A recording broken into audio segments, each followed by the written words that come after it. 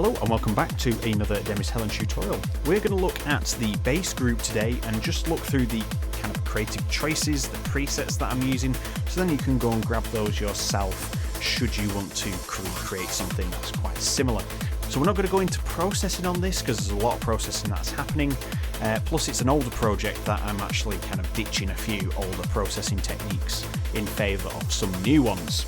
So what we are going to look at is what we're listening to right now, and let's solo the bass and break it down. Right, so we have a low mid section here,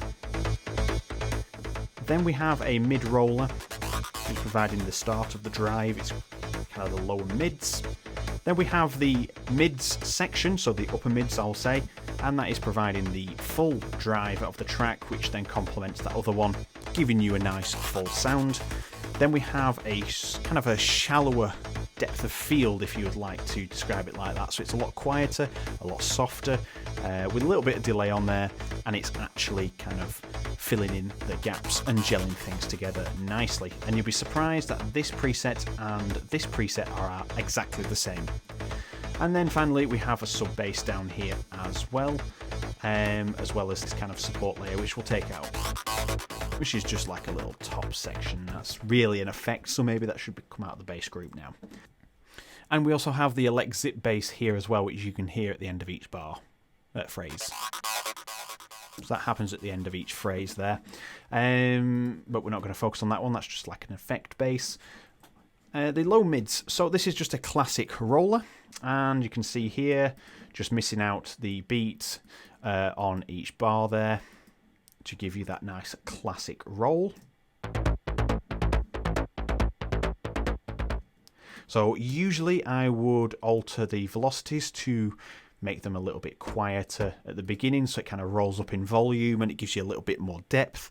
But this is achieved by a few external plugins that help to achieve that in a quicker way, and it sounds just as good. And let's have a look. This one comes from Union, one of my go-to synths for basses now. The sound is just immaculate for getting these kind of driving forces going.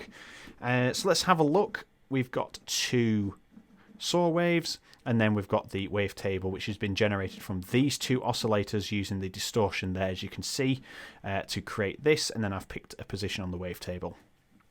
A little bit of processing there and a little bit of EQ. If we look in here, they're all roughly the same. We've got the cutoff being modulated by the mod ADSR. As you can see there, they all look the same when we go in. Mod ADSR connected to the cutoff, and again here using the mod ADSR. And that's it. That's the sound from Union. There's a little bit of processing going on the outside just to kind of hone in some of the frequencies, but that is the main basis how the track started. And if we couple that up with the kick drum down here,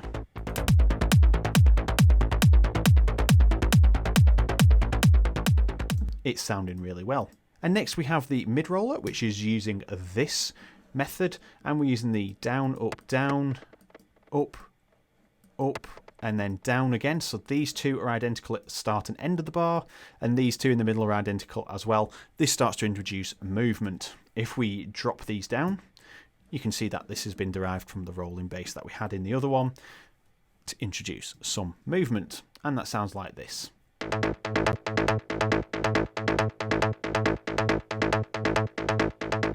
Okay, so it adds a little bit of intrigue and a little bit more interest into the bass. Very standard stuff. And this is the Bass Too Hard preset. Now this is from my Euphoric Trance Essentials pack. Link in the description down below to the Reveal Store one. And I think you can get it in some other places as well, but Reveal Sound Store is the main place you can get it from.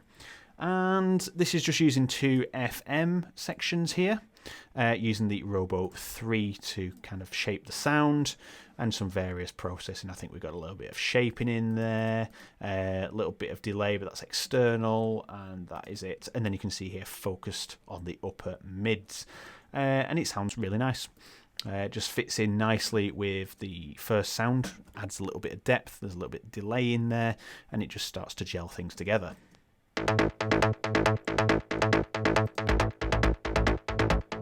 So if we remove this mid-roll bass, You can see the depth has been removed. It's very focused now, the bass, but this starts to add a little bit of depth, a little bit of interest, and starts helping your other elements gel together well.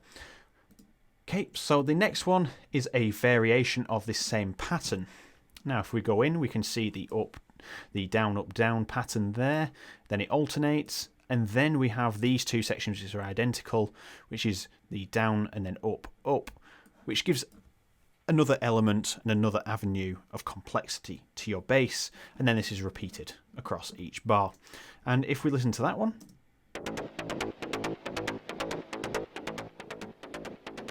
then add the mid-roller from before in, that had a slightly different pattern. Because everything's just flowing slightly off to each other, it starts to introduce movement and a little bit of interest. The low mid then gels them all together and brings them into focus. Now for this mid layer, let's have a look. We used Silent and the bass mid 4 preset from the Standerwick pack, which is available at Soundspot. There's quite a few different mid bass ones there. So there's 4, quite a lot of other bass patches, but this mid 4 was the one that suited and fit with the track the best in terms of its like kind of tonal quality, and just dropped straight in with very minimal effort. And that is what you're looking for when you are using presets or designing presets for your track.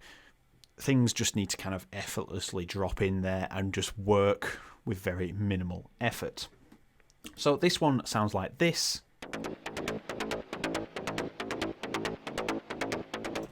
Which sounds a little bit muddier to this one. But that adds the depth into the track when these 3 layers are joined. And that drives the rest of the track. And then we have the mid-arp bass here. So a lot softer, a lot more distant. But you can see we're using the filter here to filter in and out. If we look at the pattern, let's go back to the beginning here. You can see we're using that same thing that we used in the other one at the ends of the bars, but we're using this all the way across. This is just repeated.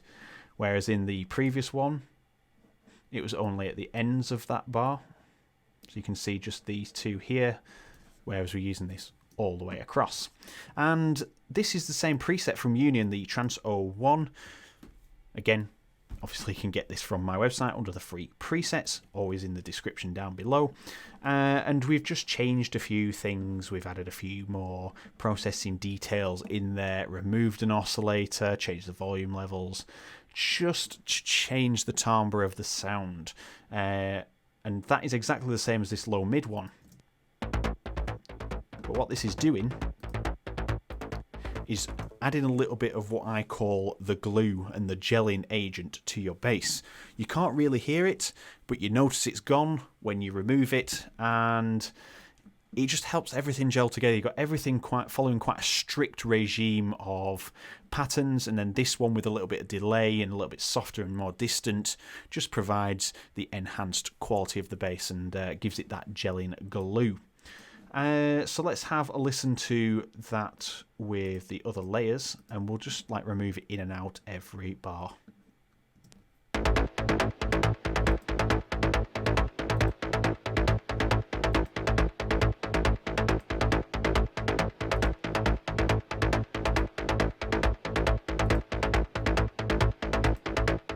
And finally, the sub bass, which sounds like this.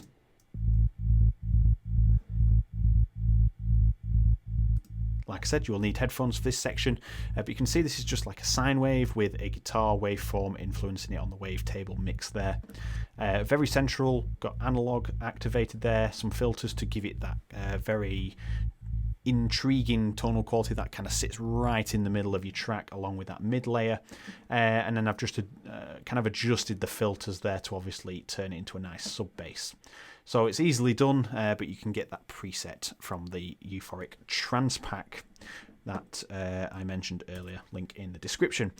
All of those layers together sound like this.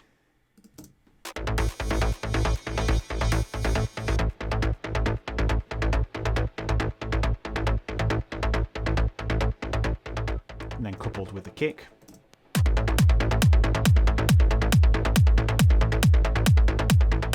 And you can hear that everything just gels well together. No sounds seem to stand out too much, no seem to be more powerful than the others, and it just seems genuinely full. If we take away mid 2, you'll hear the drive disappear. The drive will be still there, but it won't have that upfront power. So let's just remove this.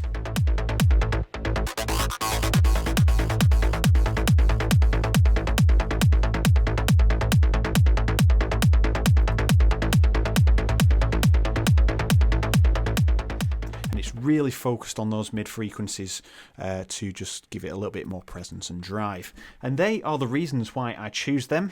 We've got some various processing going on here. It goes to a bass bus as well, but these are all the bass sections. But like I said, a lot of these are being changed as the track's adapting, because this was back from November last year, and I'm just ditching some processing techniques in favour of new ones. That's the only reason there, to kind of bring this track up to speed. New kick, few new bass elements, and a totally new melody as well. So I'll leave you with the melody. Actually, we'll just play this last bit of the pad section into the new melody, and then you can hear that in the outro. So if you enjoyed the video, let me know down in the comments down below. I get back to everybody. Hit the like button, and finally hit subscribe if you want to see more videos. That's 3 per week, trance videos and various music production techniques.